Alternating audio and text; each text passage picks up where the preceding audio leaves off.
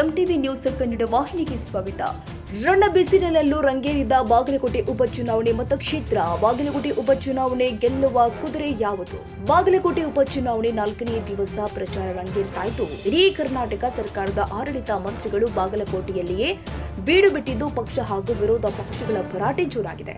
ಇಂದು ಬೇವೂರ ಜಿಲ್ಲಾ ಪಂಚಾಯತ್ ಮತಕ್ಷೇತ್ರ ಬೇವೂರ ಗ್ರಾಮದಲ್ಲಿ ರುದ್ರಸ್ವಾಮಿ ಮಠದ ಆವರಣದಲ್ಲಿ ಕಾರ್ಯಕ್ರಮ ಏರ್ಪಡಿಸಲಾಗಿತ್ತು. ಕಾರ್ಯಕ್ರಮದಲ್ಲಿ ಗೋವಿಂದ ಕಾರಜೋಳ, ವಿಧಾನ ಪರಿಷತ್ ಸದಸ್ಯರು ಆಗಿರುವಂತಹ PH ಪೂಜಾರ್, ಜಮಖಂಡಿ ಮಾಜಿ ಶಾಸಕರು ಆದ ಗುಡಗುಂಟೆ ಅವರು, ಬೆಳ್ಳುಬ್ಬಿ ಹಾಗೂ ಬೇವೂರ ಗ್ರಾಮದ ಎಲ್ಲ ಪಕ್ಷದ ಮುಖಂಡರು, ಊರಿನ ಕಾರ್ಯಕರ್ತರು, ಸುತ್ತಮುತ್ತಲಿನ ಊರಿನ ಗ್ರಾಮದ ಹಿರಿಯರು, ಯುವಕರು ಭಾಗವಹಿಸಿದ್ರು. ಬಾಗಲಕೋಟೆ ಉಪಚುನಾವಣೆ ಹಿನ್ನೆಲೆ ಬಿಜೆಪಿ ಪಕ್ಷದ ಮಾಜಿ ಮುಖ್ಯಮಂತ್ರಿಗಳು ಆದ ಬಸವರಾಜ ಬೊಮ್ಮಾಯಿ ಸಾಧನೆಗಳನ್ನ ಹೇಳಿದ್ದಾರೆ. ರೈತರಿಗೆ ಅನೇಕ ಯೋಜನೆಗಳನ್ನ ಕೊಟ್ಟಿದ್ರು. ಕೇವಲ 25,000 ರೂಪಾಯಿನಲ್ಲಿ ರೈತರು ತಮ್ಮ ಜಮೀನಿಗೆ ಟಿಸಿ ಕೊಡಿಸಲು ರೈತರಿಗೆ ಕೊಟ್ಟಿದ್ರು. ಆದ್ರೆ ಇದೇ ಕಾಂಗ್ರೆಸ್ ಸರ್ಕಾರ ಬಂದ ಮೇಲೆ ಒಬ್ಬ ರೈತನಿಗೆ 3 ಲಕ್ಷ ರೂಪಾಯಿ ಕೊಡಬೇಕಾಗಿದೆ ಅಂತ ಹೇಳಿದ್ರು. ಕಾಂಗ್ರೆಸ್ ಸರ್ಕಾರ ಬಂದ ಮೇಲೆ ಗ್ಯಾರಂಟಿಗಳನ್ನ ನಂಬಿದಂತಹ ಮತದಾರ ಪ್ರಭುಗಳು ತಮ್ಮ ಕುಟುಂಬದ ಶಾಲೆಗೆ ಹೋಗ್ತಾ ಇರುವ ಮಕ್ಕಳು ಪ್ರತಿನಿತ್ಯ ಬಸ್ನಲ್ಲಿ ಕುಳಿತುಕೊಂಡು ಹೋಗಲು ಆಗ್ತಾ ಇಲ್ಲ. ಗೃಹಲಕ್ಷ್ಮಿ 2,000 ಹೊಂದಿಸಲು ಸರ್ಕಾರದಲ್ಲಿ ದುಡ್ಡಿಲ್ಲ. ಅದಕ್ಕಾಗಿ ಕಾಂಗ್ರೆಸ್ ಸರ್ಕಾರ ಎಲ್ಲಿ ಬೇಕಾದಲ್ಲಿ ವಾರ್ ಲೈಸೆನ್ಸ್ ಕೊಟ್ಟು ಅವರಿಂದ 50,000 ಕೋಟಿ ಗುರಿಯನ್ನ ಕೊಟ್ಟಿದೆ. ರೋಗಿಗಳಿಗೆ ಸರಿಯಾದ ಸಮಯದಲ್ಲಿ ಆಸ್ಪತ್ರೆಗೆ ಹೋಗುವ ಆಂಬ್ಯುಲೆನ್ಸ್ ಸೇವೆ ನಮ್ಮ ಸರ್ಕಾರ ಮಾಡಿತು. ಈಗ ಸಹಾಯವಾಣಿಗೆ ಕರೆ ಮಾಡಿದ್ರೆ 1 ಗಂಟೆಯ ಮೇಲೆ ವಾಹನ ಬರುತ್ತೆ. ಅದಕ್ಕೂ ಸರ್ಕಾರದಲ್ಲಿ ದುಡ್ಡಿಲ್ಲ. ಕಾಂಗ್ರೆಸ್ ಸರ್ಕಾರ ಬಂದ ಮೇಲೆ 2,50,000 ಉದ್ಯೋಗಗಳನ್ನ ಯುವಕರಿಗೆ ಕೊಡ್ತೀವಿ ಎಂಬ ಭರವಸೆ ಕೊಟ್ಟಿದ್ರು. ಆದ್ರೆ ಈಗ ಮೊನ್ನೆ ತಾನೇ ಧಾರವಾಡದಲ್ಲಿ ಆದಂತಹ ಉದ್ಯೋಗ ಕೊಡಿ ಎಂಬ ಕಾರ್ಯಕ್ರಮದಲ್ಲಿ ಅವರ ಮೇಲೆ ಲಾಠಿ ಚಾರ್ಜ್ ಮಾಡಿಸಿದ ದುಷ್ಟ ಸರ್ಕಾರ ಅಂತ ಹೇಳಿದ್ರು. ಇದು ಒಂದು ದುಃಖಕರ ವಿಷಯ. ರಾಜ್ಯದಲ್ಲಿ ಮಹಿಳೆಯರಿಗೆ ರಕ್ಷಣೆ ಇಲ್ಲ, ಅಭಿವೃದ್ಧಿ ಇಲ್ಲ. ಇತ್ತ ಕಡೆ ರೈತರ ಬೆಳೆದ ಬೆಲೆಗೆ ಸರಿಯಾದ ಬೆಲೆಗಿಲ್ಲ, ಅಭಿವೃದ್ಧಿಯೂ ಇಲ್ಲ. ಹಾಗೂ ಮಂಡ್ಯದಲ್ಲಿ ಗಣಪತಿ ವಿಸರ್ಜನೆ ಮಾಡಬೇಕಾದ್ರೆ ಕಲ್ಲು ತೂರಾಟ ಮಾಡಿಸಿದ್ರು. ಇದೇ ನಿಮ್ಮ ಬಾಗಲಕೋಟೆಯಲ್ಲಿ ಇದೇ 1 ತಿಂಗಳ ಹಿಂದೆಗಡೆ ಛತ್ರಪತಿ ಶಿವಾಜಿ ಮಹಾರಾಜರ ಜಯಂತಿಯನ್ನ ಶಾಂತಿಯುತವಾಗಿ ಆಚರಣೆ ಮಾಡಬೇಕಾದ್ರೆ ಹಿಂದೂಗಳ ಮೇಲೆ ಚಪ್ಪಲಿ ಎಸೆದು ಅವಮಾನ ಮಾಡಿಸಿದ್ರು. ವಿಧಾನಸಭೆಯ ಕಲಾಪದಲ್ಲಿ ಪಾಕಿಸ್ತಾನ್ ಜಿಂದಾಬಾದ್ ಎನ್ನುವುದನ್ನ ಘೋಷಣೆ ಮಾಡಿಸಿದ್ರು. ರಾಜ್ಯದ ಪೊಲೀಸ್ ವ್ಯವಸ್ಥೆಗೆ ಬಂದ್ರೆ ಎಲ್ಲ ಪೊಲೀಸ್ ಠಾಣೆಗಳು ಕಾಂಗ್ರೆಸ್ ಕಚೇರಿಯ ಕೇಂದ್ರಗಳಾಗಿದೆ ಅಂತ BY ವಿಜೇಂದ್ರ ಹೇಳಿದ್ರು. ಕಾಂಗ್ರೆಸ್ ಸರ್ಕಾರ ಹಿಂದೂ ಕಾರ್ಯಕರ್ತರ ಮೇಲೆ ದಬ್ಬಾಳಿಕೆ ಮಾಡಿದೆ. ಭ್ರಷ್ಟ, ಜನ ವಿರೋಧಿ, ರೈತ ವಿರೋಧಿ ಈ ಸರ್ಕಾರವನ್ನ ನಾವು ಏಪ್ರಿಲ್ 9ನೇ ತಾರೀಕಿಗೆ ಭಾರತೀಯ ಜನತಾ ಪಕ್ಷದ ಒಬ್ಬ ಸರಳ, ಸಜ್ಜನ, ಪ್ರಾಮಾಣಿಕ ವ್ಯಕ್ತಿಯಾದ ಸತತ 4 ಬಾರಿ ಶಾಸಕರಾಗಿರುವ ಶ್ರೀ ವೀರಣ್ಣ ಚರಂತಿಮಠ್ ಅವರನ್ನ 2 ಲಕ್ಷ ಮತಗಳಿಂದ ಅವರನ್ನ ಆರಿಸಿ ತರಬೇಕು ಅಂತ ತಮ್ಮಲ್ಲಿ ವಿನಂತಿಸಿಕೊಳ್ತೀನಿ ಎಂದಿದ್ದಾರೆ. ಇನ್ನು ಮಾತು ಮುಂದುವರಿಸಿ ಶ್ರೀ ವಿಜೇಂದ್ರ ಅವರು, ಇವತ್ತು ನಾನು ಬಾಗಲಕೋಟೆಯ ಪ್ರಚಾರಕ್ಕೆ ನಾನು ಬಂದಿದ್ದೇನೆ ಅಥವಾ ಅವರ ವಿಜಯೋತ್ಸವಕ್ಕೆ ಬಂದಿದ್ದೇನೆಯೋ ತುಂಬಿದ ಜನಸಾಗರವನ್ನ ನೋಡಿ ಹೇಳಿದ್ರು.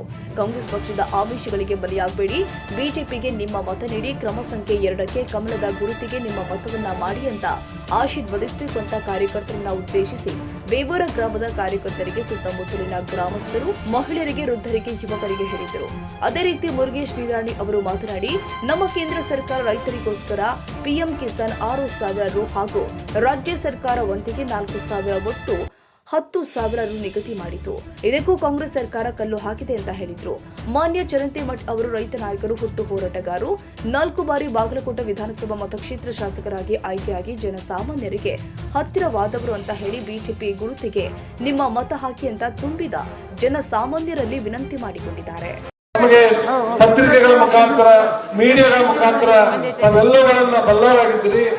ಹಿಂದೆ ಸನ್ಮಾನ್ಯ BS ಯಡಿಯೂರಪ್ಪನವರು 4 ಬಾರಿ ನಿಮ್ಮೆಲ್ಲರ ಆಶೀರ್ವಾದದಿಂದ ಮುಖ್ಯಮಂತ್ರಿ ಆದಾಗ ರೈತರ ಪರವಾಗಿ, ಹಿಂದುಳಿದವರ ಪರವಾಗಿ ಯಾವ ರೀತಿ ಕೆಲಸಗಳನ್ನು ಮಾಡಿದ್ರು ಅನ್ನುವಂಥದ್ದು ತಮಗೆ ಗೊತ್ತಿದೆ. ಅವರು ಮೊದಲನೇ ಸಲ ಹಣಕಾಸಿನ ಸಚಿವರಾಗಿದ್ದಾಗ ಕೇವಲ 32,000 ಕೋಟಿ ರೂಪಾಯಿಗಳ ಬಜೆಟ್ ಅನ್ನ ಮಂಡಿಸಿದ್ರು. ಅವರಿರುವಂತಹ 6 ವರ್ಷಗಳ ಕಾಲದಲ್ಲಿ 4ನೇ ಬಾರಿಗೆ ಅವರು ಮುಖ್ಯಮಂತ್ರಿ ಆದಾಗ 3 ಲಕ್ಷ ಕೋಟಿ ರೂಪಾಯಿಗಳ ಬಜೆಟ್ ಅನ್ನ ಮಂಡನೆ ಮಾಡಿದರು. ಹಿಂದಿನ ಸರ್ಕಾರದಲ್ಲಿ ಸೋಲು ಹೋಗ್ತಿರುವಂತಹ ಎಲ್ಲ ಹಣವನ್ನ ಕ್ರೋಢೀಕರಣ ಮಾಡಿ ರೈತರ ಅಭಿವೃದ್ಧಿಗೆ ಮಾಡಿರುವಂತ ಪುಣ್ಯಾತ್ಮ ಅದು ಯಾರಾದ್ರೂ ಇದ್ರೆ ಆ ಸನ್ಮಾನ್ಯ BS ಯಡಿಯೂರಪ್ಪನವರು ಅನ್ನುವಂಥದ್ದನ್ನ ಈ ಸಂದರ್ಭದಲ್ಲಿ ಹೇಳಾಗ್ತೀವಿ. ಗೊತ್ತಿದೆ, ಕೇಂದ್ರ ಸರ್ಕಾರದಲ್ಲಿ 6,000 ರೂಪಾಯಿ ರೈತರಿಗೆ ಕೊಡ್ತಾ ಇದ್ರು. 4,000 ರೂಪಾಯಿ ನಮ್ಮ ಸರ್ಕಾರದಿಂದ ಯಡಿಯೂರಪ್ಪನವರನ್ನು ಕೂಡಿಸಿ 10,000 ರೂಪಾಯಿಗಳನ್ನು ನಿಮ್ಮ ಅಕೌಂಟ್ಗೆ ಯಾರ ಅಕೌಂಟ್ ಬಾಗಿಲು ಬ್ಯಾಂಕ್ ಕೆಲಸ ಮಾಡಿದ್ದು. ಕಾಂಗ್ರೆಸ್ ಸರ್ಕಾರ ಇದ್ದಾಗ ಸುಳ್ಳು ಭರವಸೆಗಳನ್ನು ಕೊಟ್ಟು ಯಾವ ರೀತಿ ಸರ್ಕಾರ ನಡೀತಾ ಇದೆ ಅನ್ನೋದನ್ನ ಇವತ್ತು ತುಲನಾತ್ಮಕವಾಗಿ ನೀವು ವಿಚಾರ ಮಾಡಿ ವೋಟ್ ಹಾಕುವಂತ ಕಾಲ ಇವತ್ತು ಬಂದಿದೆ. ತಾವೆಲ್ಲ ಬೇಲೂರು ಗ್ರಾಮ ಮತ್ತು ಈ ಪಂಚಾಯತಿ ವ್ಯಾಪ್ತಿಯಲ್ಲಿ ಬರ್ತಿರುವಂತ ನೀವೆಲ್ಲರೂ ವಿಶೇಷ ಸಭೆಯಲ್ಲಿ ನಮ್ಮೆಲ್ಲರ ನಾಯಕರು, ರಾಜ್ಯ ಭಾರತೀಯ ಜನತಾ ಪಾರ್ಟಿಯ ಅಧ್ಯಕ್ಷರು, ಯುವಕರ ಕಣ್ಮಣಿ, ಹೋರಾಟಗಾರರು, ರೈತ ನಾಯಕ, ನಾಡು ಕಂಡ ಅಪರೂಪದ ರಾಜಕಾರಣಿ, ಹುಟ್ಟು ಹೋರಾಟಗಾರ, 4 ಬಾರಿ ಮುಖ್ಯಮಂತ್ರಿಯಾಗಿ ಈ ರಾಜ್ಯವನ್ನು ಪ್ರಗತಿ ಪಥದತ್ತ ಮುಂದೊಯ್ದಂತಹ ಆದರಣೀಯ ತಾಜಾ ಸುದ್ದಿಗಾಗಿ MTV ನ್ಯೂಸ್ 24/7ಗೆ ಸಬ್ಸ್ಕ್ರೈಬ್ ಮಾಡಿ ಮತ್ತು ಬೆಲ್ ಐಕಾನ್ ಅನ್ನು ಒತ್ತಿ. ತಪ್ಪದೇ ಲಿಂಕ್ ಶೇರ್ ಮಾಡಿ.